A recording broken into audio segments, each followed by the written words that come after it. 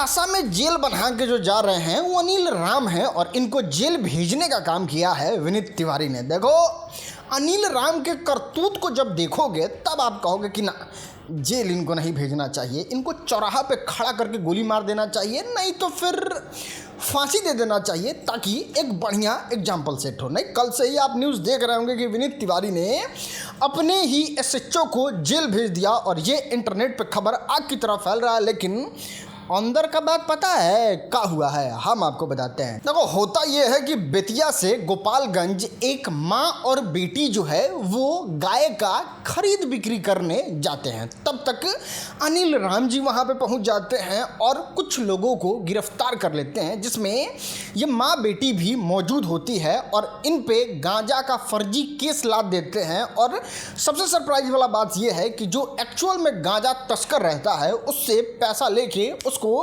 भेज देते हैं कि जाइए, आपको कोई दिक्कत नहीं है। उसी का केसवा ये दोनों मतारी बेटी पे लाद देते हैं। उसके बाद ही होता है कि मतारी बेटी जो है कहाँ कहाँ से कर्जा पैसा लेके अनिल राम जी को जब पैसा दिया जाता है तब जाके वो 36 घंटे थाना में बंद करने के बाद उस मतारी बेटी को ये अनिल राम जो है वो छोड़ता है। और ये बात जैसे विनीत तिवारी एसपी के संज्ञान में जाता है, वो एकदम डिटेल इस पे जानकारी इकट्ठा करते हैं और अरेस्ट करके जेल के अंदर बंद कर देते हैं। और अगर इसको फांसी का सज़ा हो गया या फिर बढ़िया तगड़ा सज़ा हो गया तब एग्जाम्पल सेट होगा और इस तरीके से पुलिस वाले गंदे हरकत नहीं करेंगे। भाई, ये लोग का बहुत मन बढ़ गया है, आपको नहीं पता है तो जान लीजिए। पुलिस वाले का पेशा बन चुका है ये 40-45% का कि आपको झूठा केस में फंसा दे। प्रशांत किशोर गए हुए थे थाना में तो सीधे इस तरीके का माहौल बना दिए थे। हमको कह देंगे कि हम दारू का धंधा करवाते हैं। ये आदमी अभी बोला है, इसकी इतनी हिम्मत है इस थानेदार की, ये कह रहा है कि हमको चलो अब बात करते हैं 10,000 के अपार सफलता के बाद 1 लाख रुपया। इंटरनेट पे आपने सुना होगा 1 लाख मिलेगा, वीडियो बनाओ, बिहार सरकार का तारीफ करो, 1 लाख रुपया मिलेगा। लेकिन ऐसा बिल्कुल भी नहीं है सर। किसको मिलेगा वो समझ लीजिए। आज से कुछ दिन पहले बिहार सरकार की तरफ से एक वैकेंसी निकाला गया था और वो वैकेंसी का नाम था सोशल मीडिया नीति। उसमें जिन लोगों ने फॉर्म डाला था उनका सिलेक्शन हुआ था। उसमें किसी का ए कैटेगरी में, बी, सी, डी। और ये जो बताया गया है वो सिर्फ एक कैटेगरी वाले लोगों के लिए है कि अगर आप 1 लाख से ज़्यादा व्यूज लेके आते हैं तो हर लाख पे 10,000 करके 1 लाख रुपये आपको एक रील का दिया जाएगा।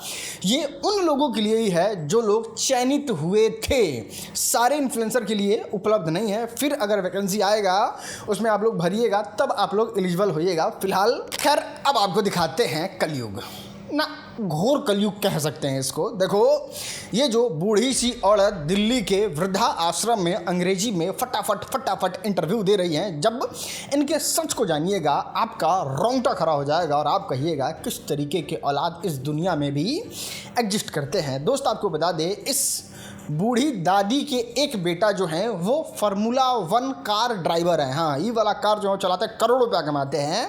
दूसरे बेटे जो हैं वो एथलीट हैं और इनकी माँ जो है वो वृद्धा आश्रम में है। जानते हैं क्यों? आपको बता दें, ये पहले जब अपने प्राइम टाइम में थी ये दादी, उस समय इनके पति बहुत पैसा कमाते थे, बहुत अमीर हुआ करते थे और ये लोगों का बिजनेस में बहुत ज़्यादा लॉस लग गया और वो लगा क्रेडिट की वजह से। जितने लोगों को उधार दिए थे वो लोग पैसा रिटर्न नहीं किए, करोड़ों रुपया डूब गया। तो बेटा को तो ये लोग पैसा उसा लगा हुआ कि अपना सेटल कर दिया, लेकिन खुद के जो जीवन का सहारा था, वो बिजनेस था, वो डूब गया। तो बेटा ने भी साथ छोड़ दिया, बिजनेस से भी साथ छोड़ दिया और अब ई वृद्धाश्रम में रहती हैं। I had a great losses in business. My husband, I mean, we were in leather finishing chemicals industry. We lost everything during that period. Then creditors didn't return our money. आइए अब हम आपको मिलवाते हैं दुनिया के दूसरे सबसे बड़े देश को जो चीनी उत्पाद करता है। 1 नंबर पे ब्राज़ील है, 2 नंबर पे भारत है। लेकिन भारत की स्थिति इतनी ख़राब हो गई है चीनी के मामले में कि दाम जो है वो आसमान छू रहा है। और अब शायद पहली बार ऐसा होगा कि भारत देश को अपने देश में घरेलू उत्पाद के लिए, घरेलू उपयोग के लिए 10 लाख मैट्रिक टन चीनी जो है वो बाहर के देश से अपने देश में मंगवाना पड़ रहा है ताकि ज़रूरत के हिसाब से लोगों को चीनी मुहैया कराया जा सके। ऐसे भी चीनी लोग कम खा रहे हैं। लोग सबको तो आजकल बीमारी हो गया, मिठाई उठाई कम खाते हैं। आजकल तो सब डायबिटीज के शिकार हो रहे हैं। तो मैं समझता हूँ कि चीनी के दाम के बढ़ोतरी से कोई फर्क पड़ने वाला नहीं। देखो भैया, हम तो नेताजी के बात से पूर्णतः सहमत है। चीनी खाना ही क्यों है? दिन भर डॉक्टर से लेके सोशल मीडिया वाला तक चिल्ला चिल्ला कह रहा है चीनी खाने से डायबिटीज। खाना ही क्यों है चीनी आपको? खैर वो सब छोड़ो, आप नीचे कमेंट में बताओ कि आपके इधर चीनी का दाम कितना है। अभी तो हम गए थे तब 65 रुपये किलो, तो जी हमको बता रहा था चीनी है। चलो अब हम आपको दिखाते हैं ज्योति सिंह का एक लेटर जो लिखी हैं अपने प्यारे पति देव जी को। प्यारे पति देव जो हैं वो पवन सिंह हैं और उनको लेके बड़ा इमोशनल हो जाती हैं और पत्र लिखती हैं। दोस्त आपको बता दें, भोजपुरी बवाल शो में पवन सिंह जो हैं वो अपनी पूर्व पत्नी जो आज इस दुनिया में नहीं है, नीलम देवी, उसको लेके बहुत ज़्यादा रो रहे थे, बहुत ज़्यादा इमोशनल हो गए थे और अपना दर्द जो है वो छलका छलका के बाहर निकाल रहे थे। तो इन सब में ज्योति सिंह का भी दर्द छलक गया और वो एक लंबा चौड़ा पोस्ट लिखती है।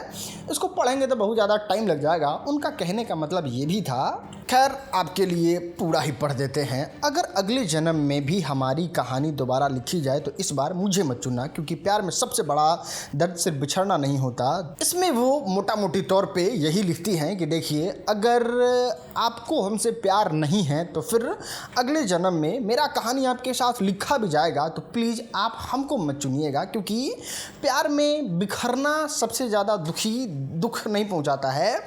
दुख तो एक्चुअल में वो पहुंचाता है कि साथ रह के भी एक साथ नहीं रह पाए। बाकी पूरा अपना आप बीती, अपना पेन, अपना फीलिंग जो है वो इस लेटर में लिखती हैं, जो पति देव के पास भेजा गया लेटर है। पूरा पढ़ना तो आप पॉज करके रीड कर सकते हो। चलो अब हम आपको दिखाते हैं रेलवे का ऐसा रिप्लाई जिसको देखने के बाद लोगों ने रेलवे को विनर घोषित कर दिया कि भाई आपकी तरफ तो कोई हार्ड इच नहीं है। देखो, एक कस्टमर को प्रॉब्लम होता है IRCTC में ऐड से। ऐड थोड़ा आपत्तिजनक रहता है, उसमें बड़ा ये सब का ऐड जो है वो कुछ इस तरीके का आने लगता है। तो भाई साहब जो हैं वो सोशल मीडिया पे पोस्ट करते हैं और कहते हैं कि देखिए रेलवे, आपका ये ऐड वाला जो चाल है वो सही नहीं है, इसको ठीक करिए नहीं तो लेंगे आपको ठीक करने। फिर क्या, रेलवे वाला भी एकदम स्वैग वाला रिप्लाई देता है कि देखिए सर, ऐसा है ना कि यहाँ पे ऐड हम लोग नहीं दिखाते हैं। ऐड आपके इंटरेस्ट के हिसाब से यहाँ पे शो होता है। आपने जो पहले सर्च किया है उस हिसाब से अब यहाँ पे आपको दिखाया जा रहा है कि आप क्या सर्च किए हैं, तो फिर वही ऐड आ रहा है। तो इसमें हमारी कोई गलती नहीं, हमको माफ़ करिए। चलो अब हम आपको दिखाते हैं ऐसे अनपढ़ जाहिल आदमी के फौज को जो शर्मसार कर दिए आज पूरे समाज को।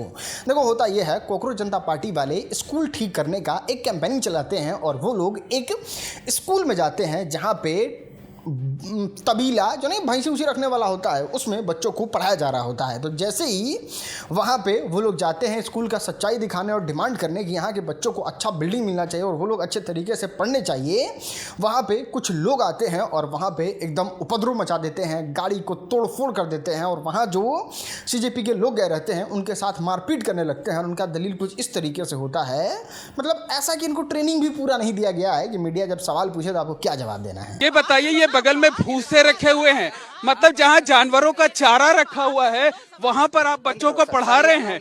नहीं, आप कैमरे पर हाथ नहीं लगाएंगे, आप कैमरे पर हाथ नहीं लगाएंगे। आप हमें हमारा काम करने से नहीं रोक सकते हैं, बिल्कुल नहीं रोक सकते आप।